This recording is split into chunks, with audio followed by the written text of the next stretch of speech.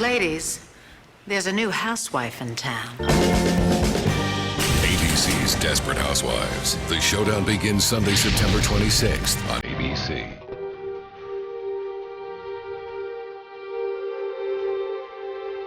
I love this neighborhood. I don't want it to change. I don't think anyone on this street will ever forgive you. Little proposition for you. I suggest you listen. Hey, Bree. Oh, please tell me you're not wearing that to the funeral. Actually, that's why I was coming over. I'm not going to the funeral. So, could you please tell Susan how sorry I am? You have to be there. The whole neighborhood is going. Yeah. And they'll all be thinking, there's the woman that Mike was protecting when he beat up that loan shark. She's the reason he's dead. Come on.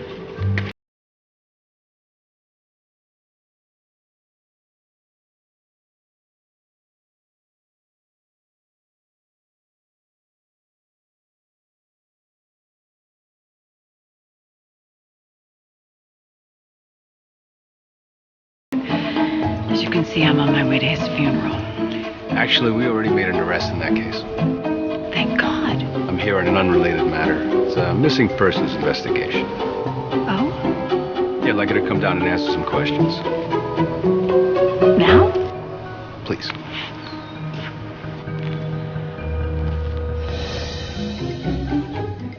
Previously on Desperate Housewives. When I was just a little girl, I asked my mother, what will I be? Will I be pretty? Will I be rich? Here's what she said to me. Hey, Sarah, Sarah, whatever will be. The future's not ours to see. Hey, Sarah, Sarah. Desperate Housewives, the #1 show in America, coming soon to One mess is taken care of, another one appears. And we may find ourselves right back where we started.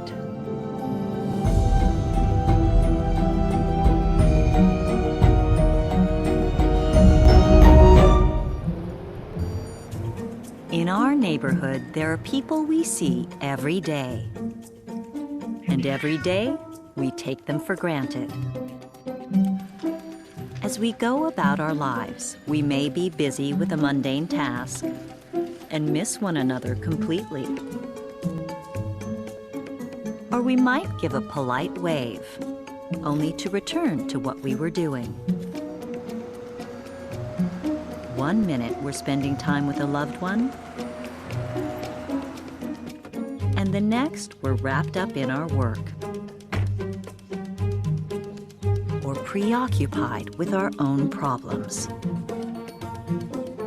What a shame these neighbors take each other for granted. Because in just a few days, one of these people will be dead.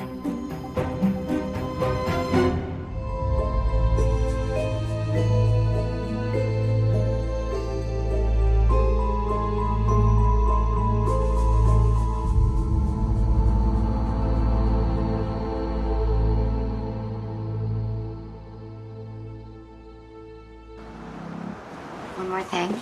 Delfino!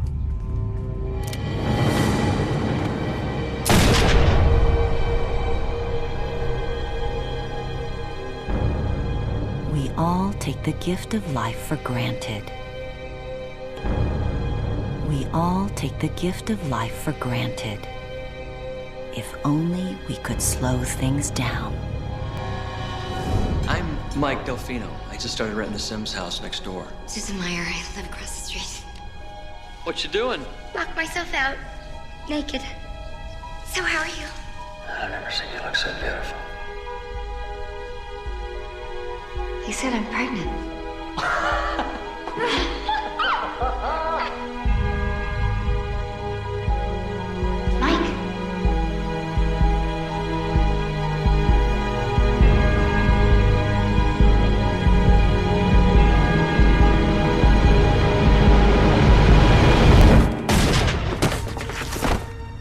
Because before you know it,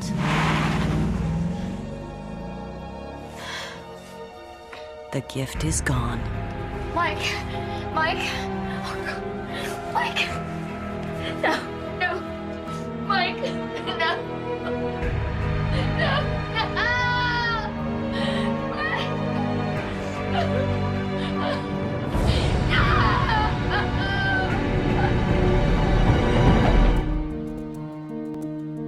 This is the street where I used to live. And these were the people with whom I shared my life. I met them the day they moved in. And I saw what they brought with them. Beautiful dreams for the future. And quiet hopes for a better life. Not just for themselves, but for their children too. If I could, would I tell them what lies ahead? Would I warn them of the sorrow and betrayal that lie in store? No. From where I stand now, I see enough of the road to understand how it must be traveled. The trick is to keep moving forward, to let go of the fear and the regret that slow us down and keep us from enjoying a journey that will be over too soon. Yes, there will be unexpected bends in the road, shocking surprises we didn't see coming, don't you think? Orson. Oh, hey, wanted to come by and see how you're doing after your great escape, and these are for you. Oh, sweet and unexpected. Do you want to come in?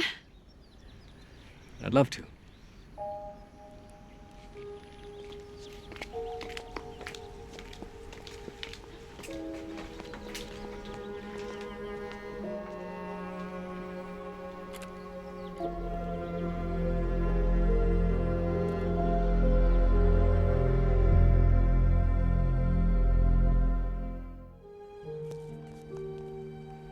And that is how Wisteria Lane came to be my final resting place.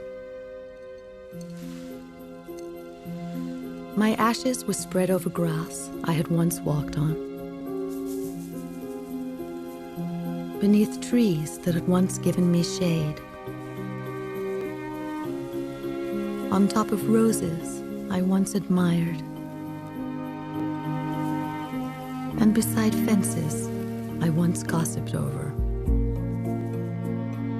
And after my friends had finished saying goodbye, a wind came along and took what was left of me into the air. As I looked down on the world, I began to let go of it.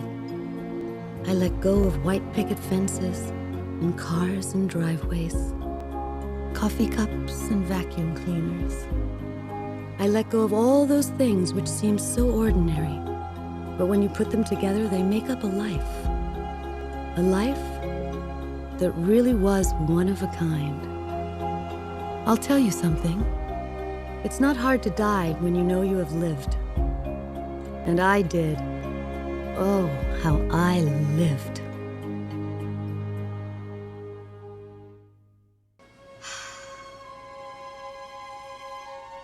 Hey, you guys mind if I take one last spin around the block?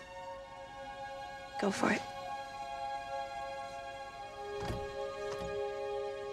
As Susan left her driveway, she had a feeling she was being watched. And she was. The ghosts of people who had been a part of Wisteria Lane were gazing upon her as she passed. They watched her as they watch everyone, always hoping the living could learn to put aside rage and sorrow, bitterness and regret. These ghosts watch, wanting people to remember that even the most desperate life is oh so wonderful.